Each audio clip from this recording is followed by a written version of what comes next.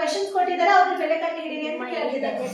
First ನೋಡ್ರಿ, 250ರ 15%. 250ರ 15% ಅಂದ್ರೆ 250ನ್ನ 250 15% ಎಷ್ಟಾಗ್ತದೆ? 100% ಅಂದ್ರೆ 250. ಸುಹಾನ 250 ಅಂದ್ರೆ 100%, ಅದು 15% ಎಷ್ಟಾಗ್ತದೆ ಅಂತ ಕೇಳ್ತಾರೆ. ಅದಕ್ಕೆ 250 into 15% ಅಂದ್ರೆ ನಾವು 15 divided by 100 ಅಂತ ಬರೀಬಹುದು. ಏನು ಹೇಳಿದೆ ನಾನು? 250 ಅನ್ನ 100%, ಈಗ ಅದಕ್ಕೆ 15 ಅಂದ್ರೆ 15% ಎಷ್ಟಾಗ್ತದೆ ಅಂತ ಕೇಳ್ತಾರೆ.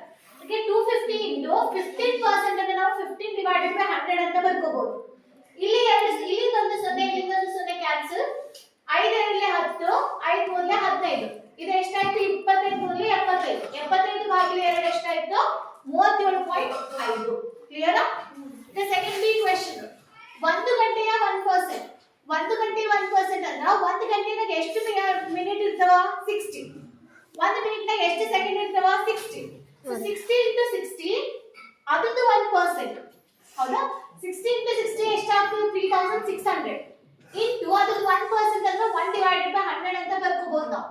ರೈಟ್? ಸೊ ಇಲ್ಲಿಂದ 2 0 ಇಲ್ಲಿಂದ 2 0 ಕ್ಯಾನ್ಸಲ್. ಎಷ್ಟಾಯ್ತು ಇದು? 36. Next C question. 2500 ರೂಪಾಯಿಯ 20%. 2500 ಬರ್ಕೊಡ್ರಿ, ಅದ್ರದ್ದು 20% ಅಂತ ಕೇಳ್ತಾರೆ. 2500 into 20%.